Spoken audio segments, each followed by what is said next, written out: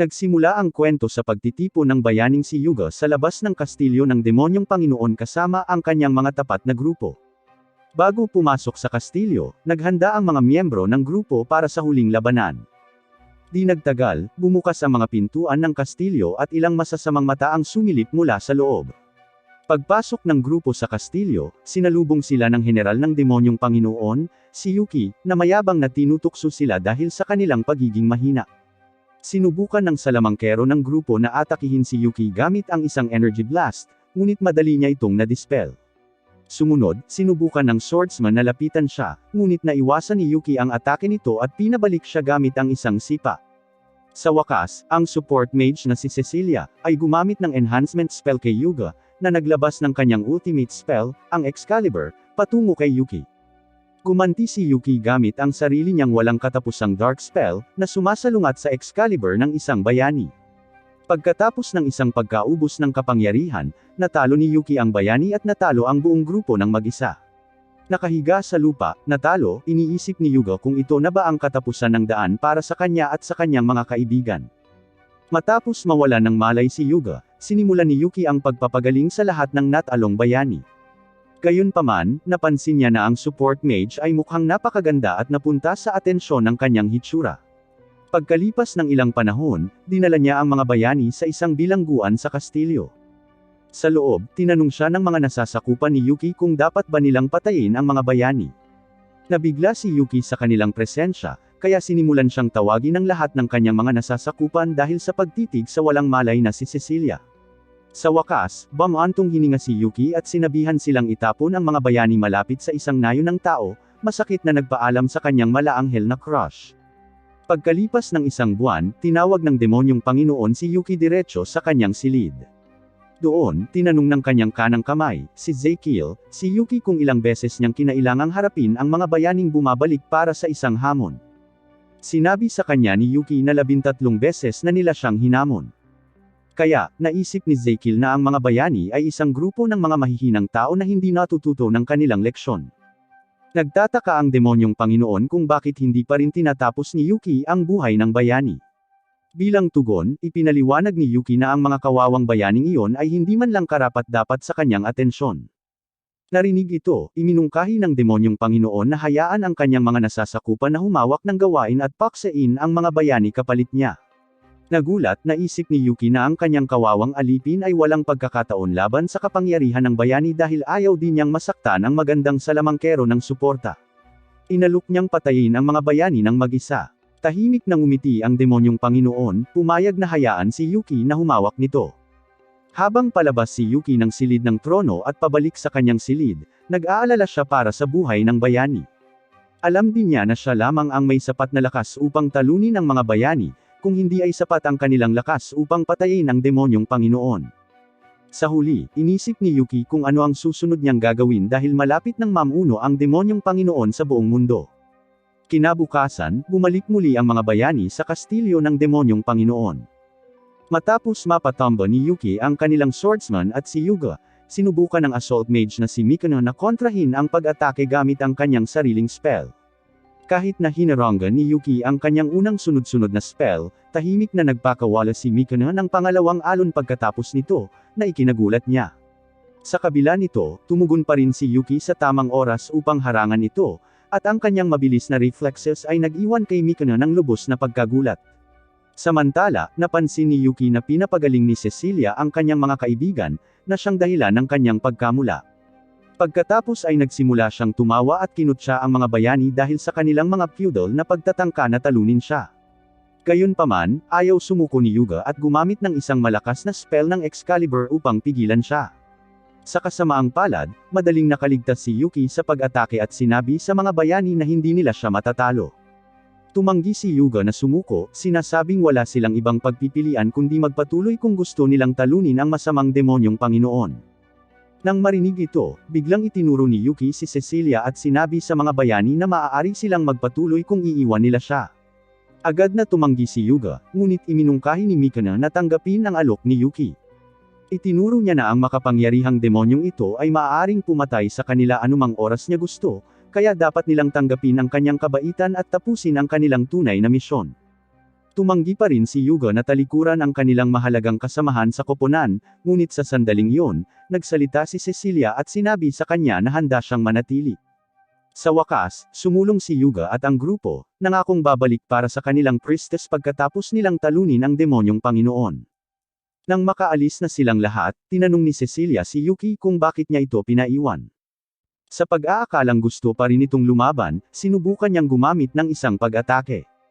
Gayunpaman, mabilis na sumuko si Yuki at sinubukang makipagnegosasyon sa kanya. Kinwestiyon ni Cecilia kung bakit niya ipinakilala ang kanyang sarili kung plano pa rin naman niya itong patayin. Sumagot siya na kung talagang gusto niya itong patayin, ginawa na niya ito mula pa sa simula. Sa wakas, kumalma ang babae at tinanong siya kung ano ang gusto nito. Naglakas loob si Yuki at inamin na umibig siya sa kanya sa unang tingin, inamin na gusto niyang makipag-date dito. Naiwan si Cecilia na lubos na nagulat. Matapos itong pag-isipan, magalang niyang tinanggihan ang alok nito.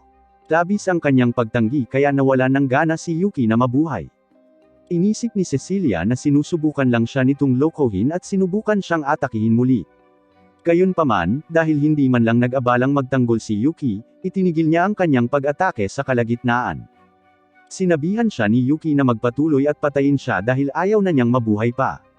Tumanggi si Cecilia na maniwala na madali siyang susuko. Kaya, ipinaliwanag niya na nakulong siya sa kastilyo ng demonyong Panginoon sa buong buhay niya. Inihayag niya na pinapayagan lamang siyang lumabas upang sirain ang mga nayo ng tao, ngunit hindi niya kailanman nais na gawin iyon. Nagulat, tumanggi si Cecilia na maniwala sa kanya, sinasabing lahat ng demonyo ay masama. Ipinaliwanag ni Yuki na kahit mukha siyang demonyo, siya ay talagang muling nagkatawang tao mula sa ibang mundo. Nalilito si Cecilia, kaya sinabi sa kanya ni Yuki na isa siyang tao sa loob ng katawan ng isang demonyo. Napagtanto niya na si Yuki ay may mga hindi kapani-paniwalang kapangyarihan bilang isang taong muling nagkatawang tao. Kaya, nagtataka siya kung bakit hindi niya natalo ang demonyong Panginoon ng mag-isa. Ipinaliwanag ni Yuki na kung matatalo niya ang demonyong Panginoon, siya ang magiging susunod na pinuno ng mga demonyo, na pipilitin siyang gumawa ng mga kakilakilabot na kalupitan laban sa sangkatauhan. Dahil nakaramdam si Yuki ng kawalan ng kakayahan, inisip niya na gugugulin niya ang natitirang bahagi ng kanyang buhay sa kanyang selda. Gayunpaman, doon niya nakilala si Cecilia, na nagbigay sa kanya ng pag-asa na sulit ang buhay. Inisip ni Yuki na handa na siyang sumuko sa lahat dahil kahit ang kanyang huling pag-asa ay tinanggihan siya. Bigla, sinabi sa kanya ni Cecilia na dapat siyang magpatuloy sa pamumuhay at gamitin ang kapangyarihang mayroon siya upang tulungan ang sangkatauhan. Iniisip niya na maaari siyang magsilbi sa ibang layunin sa buhay at nag-alok na tulungan siyang lumipat sa labas ng mundo. Pagkalipas ng ilang araw, ang kaharian ng Clariones ay nagdaos ng isang pagdiriwang para sa lahat ng kanilang mga bayani sa kanilang tagumpay laban sa Panginoong Demonyo. Binati ni Haring Darts ang lahat ng mga bayani sa harap niya sa pagprotekta sa kanilang mundo mula sa isang malaking kasamaan at inanunsyo na ang kanilang kaharian ay magdaraos ng 3 araw na pagdiriwang bilang parangal sa kanila. Sa labas ng kaharian, pinanood ni Yuki mula sa isang liblib na lugar, dahil alam niyang nakatira doon si Cecilia. Upang magbalat kayo bilang isang normal na tao, masakit niyang binali ang kanyang sungay ng demonyo at pumasok sa kaharian. Samantala, binati ni Mikana si Yuga sa kanilang tagumpay at labis siyang natuwa. Pagkatapos ay humarap siya kay Cecilia upang magdiwang, dahil alam niyang ang kanilang panalo ay dahil sa kanya, na naging dahilan upang makaramdam si Mikana na napabayan. Maya-maya pa, pumasok si Yuki sa Adventurers Guild ng lungsod upang magparehistro. Bumantong hininga ang tamad na receptionist na si Clayman at inilabas ang registration form. Matapos pirmahan ni Yuki ang form, binigyan siya ni Clayman ng isang guild card at ipinaliwanag na magsisimula siya sa pinakamababang F rank, na umaabot sa S rank. Ipinaliwanag niya na maaaring kumuha ng komisyon si Yuki para pataasin ang ranggo, ngunit karaniwan ay inaabot ng isang buong buwan ang isang adventurer para maabot ang E rank. Pagkatapos ay binalaan niya si Yuki na huwag mawala ang kanyang card at binati siya ng good luck. Matapos makuha ang kanyang card, nakumpleto ni Yuki ang ilang misyon at nakakuha ng sapat na pera para umupo ng isang inn. Pagkalipas ng isang linggo, pumasok siyang muli sa guild kung saan pinag-uusapan ng lahat ng mga adventurer ang isang sumisikat na adventurer na mabilis na tumataas ang ranggo. Samantala, humingi si Yuki kay Clayman ng ilang karagdagang komisyon, ngunit nagalit ang tamad na receptionist dahil ayaw niyang asikasuhin ang anumang papeles ngayon at sinabihan siyang kausapin na lang ang magandang babae sa tabi niya. Gayunpaman, tumanggi si Yuki, sinabing mas gusto niyang makasama si Clayman. Sa kabila nito, tinanong ni Clayman si Yuki tungkol sa kanyang tunay na pagkakakilanlan, dahil alam niyang walang normal na tao ang maaaring umakyat mula F patungong D sa loob lamang ng isang linggo. Sinubukan ni Yuki na magpanggap na hindi niya alam, kaya bumantong hininga si Clayman, sinasabing hindi niya siya maaaring usigan dahil wala naman siyang ginawang ilegal. Maya-maya lang, isang babaeng nakahod ang pumasok at hiniling kay Clayman na kanselahin ang mga misyon ni Yuki. Nagulat si Yuki nang mapagtanto niyang si Cecilia pala ang babaeng nakahod. Nagtaka rin si Clayman kung bakit bumibisita ang Hero Priestess sa guild. Kaya, sinabihan siya ni Cecilia na hinaan ang boses. Pagkatapos ay humarap siya kay Yuki at inimbitahan ito sa bahay nito para sa isang pribadong pag-uusap. Habang nakasakay sila sa karwahe ni Cecilia, nagtaka si Yuki kung bakit siya inimbitahan ng isang babae pauwi. Nang marating nila ang bahay ni Cecilia, naghinala ang isa sa mga gwardya matapos makita si Yuki na lumalabas mula sa karwahe. Itinutok niya ang kanyang sibat kay Yuki at tinanong kung bakit niya kasama si Cecilia. Kaya, lumabas ang gwardya at ipinaliwanag na kaibigan niya ito. Pagkatapos, kinaladkad ng isa pang gwardya ang kanyang partner. At dinala ni Cecilia si Yuki sa loob para sa tsaa. Doon, humingi siya ng tawad sa hindi niya paghahanap sa kanya ng mas maaga. Ngunit hindi alintana ni Yuki. Nagtaka siya kung paano niya siya natagpuan sa isang napakalaking lungsod at ipinaliwanag niya na naging napakapopular niya sa bayan matapos umakyat hanggang D-rank sa napakaikling panahon. Dahil doon, hiniling niya sa kanya na umalis sa Adventurers Guild, na nag-iwan sa kanya ng lubos na pagkalito.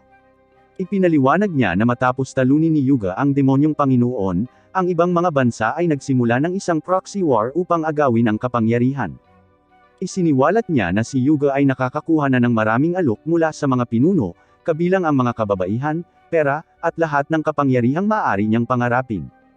Habang naiinggit si Yuki sa bayani, napagtanto rin niya na sinusubukan lamang siyang gamitin ng mga bansa bilang isang pawn. Pagkatapos ay itinuro ni Cecilia na sa kanyang pambihirang kapangyarihan, si Yuki ay makakakuha rin ng katulad na atensyon mula sa mga bansang gustong gamitin ang kanyang lakas dahil mas malakas pa siya kaysa sa bayani. Natatakot siya na ang kapangyarihan ni Yuki ay gagamitin ng mali upang sakupin ang mundo. Naiintindihan ni Yuki ang kanyang mga kinatatakutan, ngunit ipinaalala rin niya sa kanya na mayroon siyang mga bayarin na dapat bayaran. Inalok ni Cecilia na kunin siya mismo, ngunit inamin niya na wala siyang perang sulit sa kanyang oras. Pagkatapos ay nagmakaawa siya sa kanya na tanggapin ang kanyang alok, ngunit biglang sinabihan siya ni Yuki na itaas ang kanyang ulo. Buong kumpiyansa niyang idineklara na kahit ang pinakamagandang babae sa mundo ang ialok sa kanya, hindi niya ito kailanman tatanggapin dahil si Cecilia lang ang gusto niya. Natawa ito sa kanya, at napahiya si Yuki sa sarili niyang mga mapang-uyam na salita. Di nagtagal, pumasok din sa silid ang ina ni Cecilia na si Celia. Humingi siya ng tawad kay Yuki para sa bastos na pag-uugali ng kanyang gwardya at inutusan ang kanyang katulong na si Sofia para disiplinahin ito. Nang umalis ang katulong, isiniwalat ni Celia na ang kanyang anak ay nakakakuha na ng maraming alok sa engagement. Nagulat si Yuki dahil kahit ang bayaning si Yuga ay sinubukang umamin kay Cecilia, ngunit tiniyak niya rito na tinanggihan niya ito. Nang makita ang naguguluhang reaksyon ni Yuki, napaisip si Celia kung gusto rin ba nito ang kanyang anak. Pagkatapos ay umupo siya sa tabi niya at tinanong kung gusto nitong pakasalan si Cecilia. Nagulat, napaisip si Yuki kung sinusubukan ba siya nito, ngunit sinabihan siya ni Celia na bigyan siya ng diretsyong sagot. Pagkatapos ay umiling siya, na ipinaliwanag na minsan na siyang tinanggihan ni Cecilia. Ipinaliwanag ni Yuki na kasalukuyan niyang sinusubukang bumuo ng isang matatag na buhay bilang isang adventurer upang mag-propose muli kay Cecilia. Tinanong ni Celia kung tinatanggihan ba niya ang kanyang bukas palad na alok, kaya sinabi ni Yuki sa kanya na igagalang pa rin niya ang damdamin ni Cecilia. Sa wakas, sinang-ayunan ni Celia ang ginawa ni Yuki at ipinaliwanag na sinusubukan lang niya ito kung susunggaban niya ang pagkakataon dahil hindi nito ipapakasal ang kanyang anak sa kung sino mang desperadong nilalang. Pumayag siya kay Yuki at pinayagan itong bumisita sa kanilang bahay sa hinaharap. Pagkatapos, sinabi ni Cecilia kay Yuki na maaaring interesado sa kanya ang kanyang ina. Bagamat hindi pa rin mapakali si Yuki tungkol sa kanyang ina, pinahahalagahan niya ang pagkakataong ibinigay nito sa kanya. Pagkatapos ay tinanong niya kung maaari niya itong tawagin sa kanyang unang pangalan, at pumayag ito, at tinawag din siya sa kanyang unang pangalan bilang kapalit. Dahil sa labis na tuwa, sumigaw ng malakas si Yuki, Pakiramdam niya ay isang hakbang na lang siya palapit sa babaeng mahal niya. Diyan nagtatapos ang episode 1. Kung nagustuhan mo ang video, mangyaring mag-like at mag-subscribe para hindi makaligtaan ang susunod na bahagi.